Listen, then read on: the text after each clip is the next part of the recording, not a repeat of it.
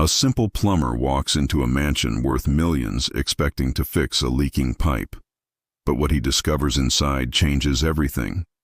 He thought he knew about wealth, happiness, and the true cost of keeping someone alive when their soul has already left their body. Imagine being surrounded by endless money. A palace that most people only dream about. Machines that cost more than houses. Keeping a heart beating, but that heart belongs to a child who will never laugh again, never run again, never be the person they once were. This is not just a story about a repair job.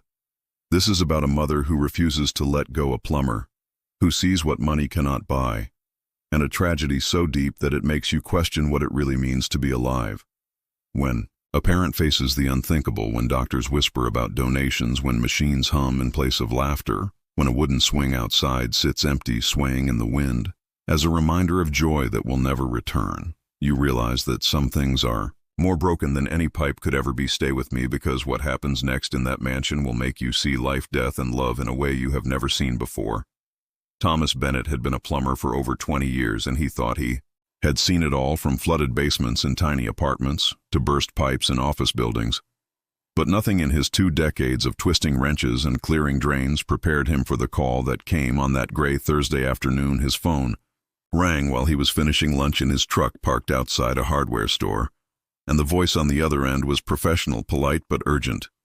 There was an emergency at the Montgomery estate, a prestigious address that Thomas had only heard about in passing, the kind of place that existed behind tall iron gates and manicured hedges, where people like him only entered through service entrances. He wrote down the address, grabbed his toolbox, and headed out, wondering what kind of leak could be so urgent that they would call him specifically when surely they had staff or private contractors on retainer. The drive took him out of the busy streets he knew so well and into neighborhoods where the houses grew larger and farther apart, where trees lined the roads like sentries and every lawn looked like it belonged in a magazine. He passed through areas where he had never worked before, where his van with its faded logo and dented bumper felt out of place among the luxury cars. Gliding silently past, when he finally reached the Montgomery estate, he had to press a button on an intercom at the gate and state his business before the heavy iron bars slowly swung open, revealing a long driveway that curved through gardens. So perfect they looked painted. The mansion itself was enormous. 3 stories of pale stone with tall windows that gleamed in the afternoon light and columns framing a grand entrance that seemed more suited to a museum than a home. Thomas parked his van near the side entrance as instructed, feeling small and out of place as he gathered his tools and approached the door.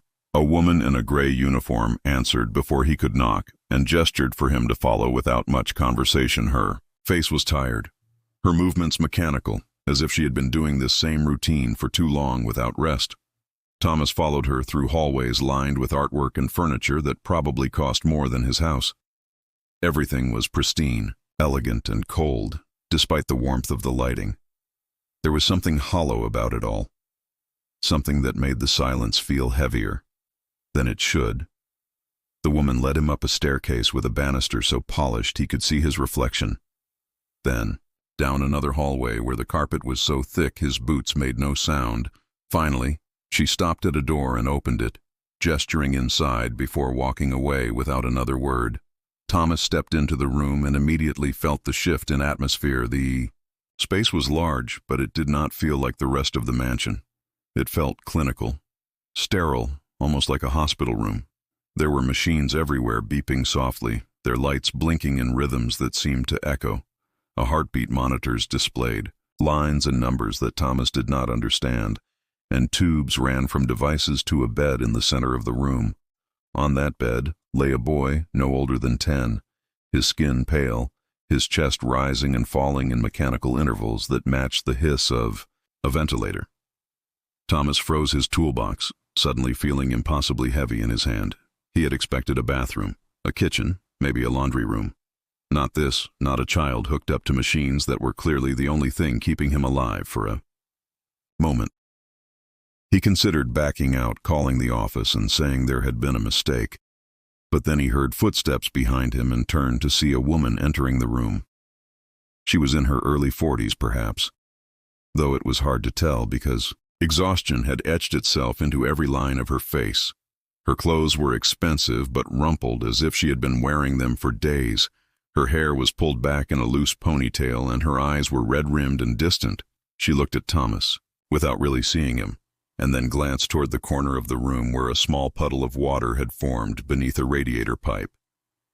"Ah, yes," she said quietly. "Thank you for coming so quickly." Her voice was flat, devoid of emotion, as if she had used up every bit of feeling she had, and now ran on nothing but routine. Thomas nodded and moved toward the leak, setting his toolbox down gently, trying not to make too much noise.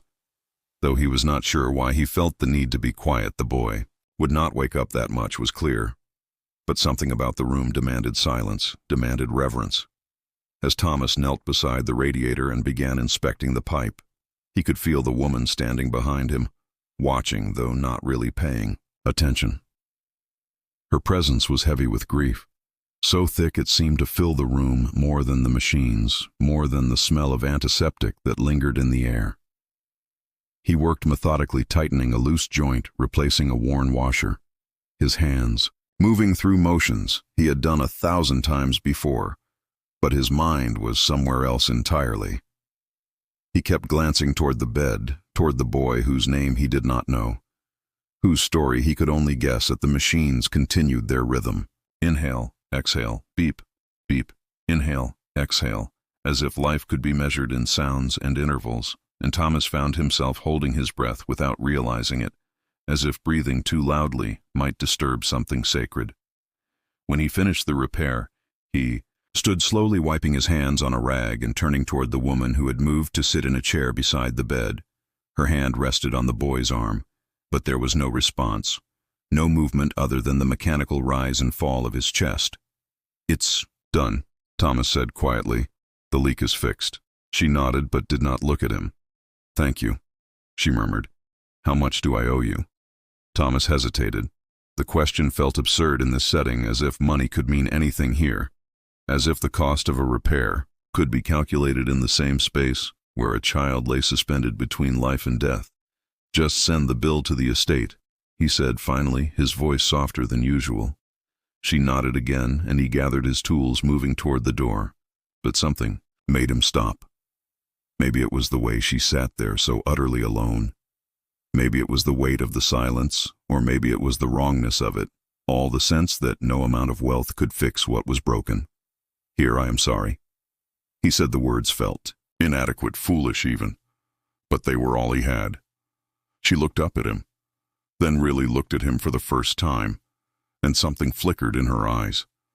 Gratitude maybe, or just recognition that someone had acknowledged the horror of what she was living through. "Thank you," she whispered, and Thomas left the room, his chest tight, his hands trembling slightly as he made his way back through the mansion and out into the daylight.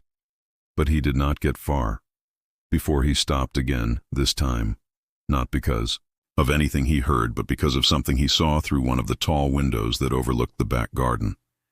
There, in the middle of a perfectly maintained lawn surrounded by flower beds and neatly trimmed hedges, was a wooden swing. It was not fancy, not the kind of playground equipment you would expect at a place like this. It was simple, handmade, maybe with thick ropes tied to a sturdy branch of an old oak tree. The seat was worn smooth from use, and it swayed gently in the breeze. As if moved by an invisible hand, Thomas stared at it, and suddenly the weight of everything he had just seen crashed down on him. He imagined the boy whose name he still did not know running across that lawn, laughing, climbing onto that swing, and pumping his legs to go higher and higher, his mother's voice calling out to be careful, her laughter mixing with his. He imagined summer afternoons and scraped knees, and the kind of joy that seems infinite when you are young and the world is full of possibility. And now that same boy lay upstairs, hooked to machines that breathed for him, his body present but his spirit somewhere else entirely. Thomas felt his throat tighten, and he turned away from the window, walking quickly toward his van. He threw his toolbox into the back with more force than necessary and stood there for a moment, gripping the edge of the door, his knuckles white. He had seen tragedy before, of course. He had, in 20 years of working in people's homes, he had walked into the aftermath of divorces, deaths, financial ruin. But this was different. This was a child. And the cruelty of it, the randomness of it, made him feel something he had not felt in a long time. A deep, aching helplessness. He thought about his own. Kids grown now and living their own lives. But he remembered when they were small, when every scraped knee felt like a catastrophe. When the thought of anything happening to them kept him awake at night, he could not imagine. What that mother was going through could not fathom the choice she was facing, because he knew without being told that she was facing a choice. He drove away from the Montgomery estate slowly, his mind replaying everything he had seen: the machines, the boy, the swing. And by the time he got home that evening, he felt exhausted in a way that had nothing to do with physical labor. His wife asked how his day was, and he told her about the job, but he could not bring himself to describe the room, or the boy, or the way the mother had looked at him. She heard it in his voice anyway, the heaviness of it. And she squeezed his hand across the dinner table, a silent acknowledgement that some things are too heavy for words. That night, Thomas lay awake, staring at the ceiling, thinking about the swing, thinking about how something as simple as a piece of wooden rope could hold so much meaning, could represent everything that was lost and everything that could never be again. The next morning he tried to push it out of his mind, tried to focus on the jobs lined up for the day, but the image of that room kept creeping back in. During a routine call to fix a kitchen sink, he found himself staring at a photo on the client's refrigerator. A family picture with 2 kids grinning at the camera, and he had to excuse himself for a moment, stepping outside to catch his breath. He told himself he was being ridiculous, that it was not his tragedy, not his family, but something about it had gotten under his skin, had made him question things he usually took for granted, like the fragility of life, the randomness of fate, the illusion of control that we all cling to. Days passed and Thomas tried to move on, but he could not stop thinking about the boy, about what had happened to him. He did not know the details, and part of him did not want to know. But another part, the part that kept waking him up at 3 in the morning, needed to understand, needed to make sense of it. So one evening he did something. He rarely did. He searched the name Montgomery Estate online and found what he was looking for. Almost immediately there were news articles from a few months back about a tragic accident. A 10-year-old boy named Elijah Montgomery had been hit by a car while riding his bike near his home. The driver had not been speeding, had not been drunk. It was just one of those horrific twists of fate. A moment of distraction, a child swerving into the road, and a life changed forever. Elijah had been rushed to the hospital in critical condition, and though the doctors had managed to stabilize him, he had suffered severe brain damage. The articles were careful with their language, but the message was clear. The boy was alive only in the most technical sense. Thomas read the articles twice and then closed his laptop, feeling sick. He thought about the mother sitting beside that bed day after day, watching machines do what her son's body could no longer do on its own. He thought about the decision she would eventually have to make, the unbearable weight of choosing when to let go. And he realized that he had walked into the middle of something so much bigger and more painful than a leaking pipe. He had seen the aftermath of a tragedy that no amount of money or power could fix, and it had shaken him in ways he was still trying to understand. He found himself talking about it with his wife one night over coffee. She listened quietly as he described the room, the machines, the swing, and when he finished, she reached across the table and took his hand. "Some things you just have to carry," she said softly. "You saw something terrible and it changed you a little, and that is okay." But Thomas did not feel okay. He felt angry at the unfairness of it all, angry at a universe that could let something like that happen to a child, and he felt helpless because there was nothing he could do, no way to fix it, no wrench or tool that could make it right. He thought about calling the estate to check on the family. But what would he even say? He was just a plumber who had been there for 20 minutes to fix a leak. He had no connection to them, no right to insert himself into their grief. And yet he could not shake the feeling that he had witnessed something important, something that demanded more from him than just walking away.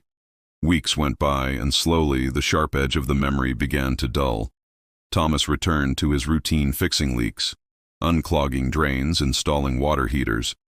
But there were moments when something would trigger the memory, A child laughing in a client's backyard, the sound of a hospital monitor on a TV show. And he would be back in that room surrounded by machines, staring at a boy who would never grow up one afternoon. While working at a school, repairing a bathroom sink, he watched kids playing outside during recess, running and shouting and climbing on playground equipment with the kind of reckless abandon that only children have. And he thought about Elijah, about the swing, about all the moments that had been stolen from him and from his mother, who now spent her days in a room that felt more like a tomb than a home. Then one evening, months after the initial call, Thomas' phone rang again. It was the same professional voice from before, asking if he could return to the Montgomery estate for another job, a different repair. This time, Thomas hesitated. He was not sure he wanted to go back, was not sure he could handle seeing that room again. But something made him say yes. Maybe it was curiosity. Maybe it was a sense of obligation. Or maybe it was just the hope that things had somehow gotten better, that there had been a miracle, and the boy had woken up. Stranger things had happened, he told himself, though he did not really believe it. So he drove back through those same quiet streets, past those same perfect lawns, and up that same long driveway. This time, the house felt different. The moment he stepped inside, he could sense it. The air was lighter, somehow less heavy with grief. The woman in gray led him upstairs again, but to a different room. This time a bathroom where a faucet was leaking. He worked quickly, his mind half focused on the task and half wondering about the boy, about whether he was still in that room down the hall. When he finished, he packed up his tools, and as he was leaving, he passed by the door to the room where he had been before. It was open just a crack, and he could see inside. The bed was empty. The machines were gone, and the space had been cleaned and repaired, as if nothing had ever happened there. Thomas stood in the hallway staring at that empty room and felt a wave of something he could not quite name. Sadness, relief, guilt, all mixed together. He did not ask what had happened. He did not need to. He knew the mother had made the choice that no parent should ever have to make, the choice to let go, to stop the machines and allow her son to finally rest. He thought about her sitting in that chair day after day, watching and waiting and finally finding the strength to say goodbye.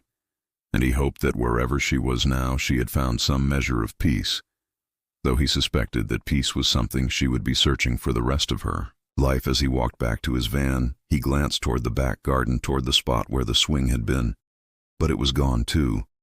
The tree was still there, but the ropes had been cut. The seat removed, as if erasing the physical reminder could somehow erase the pain. Thomas drove home slowly, his mind full of thoughts. He could not organize that evening. He sat on his porch watching the sunset and thought about all the houses he had been in over the years, all the lives he had glimpsed in passing, the arguments overheard, the family photos on walls, the toys left scattered on floors. He had always thought of himself as just a tradesman, someone who fixed things and moved on.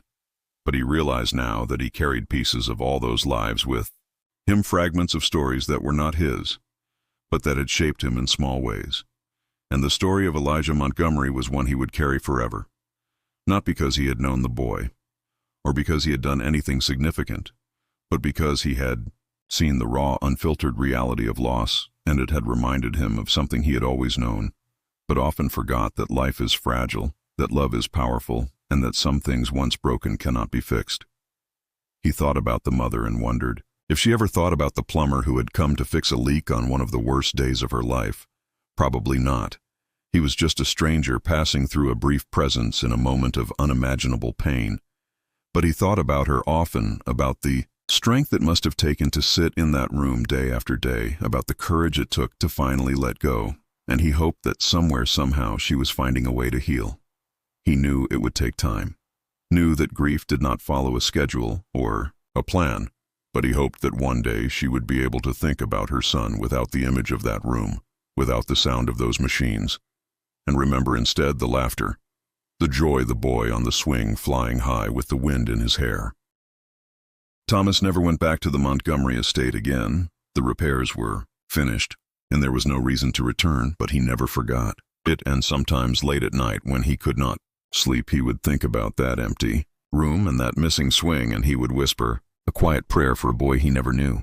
and a mother he barely met asking whatever forces governed the universe to grant them both peace. Because if there was one thing he had learned from that day, it was that some burdens are too heavy to carry alone, and sometimes all we can do is witness, acknowledge, and hope that our small acts of compassion, however inadequate they might seem, can somehow lighten the load for those who are suffering. And though he was just a plumber who fixed leaks and unclogged drains, he had seen something that changed him, had been touched by a tragedy that was not his own, and he carried it with him not as a burden, but as a reminder to live fully, to love deeply, and to never take for granted the simple joy of a child on a swing reaching for the sky.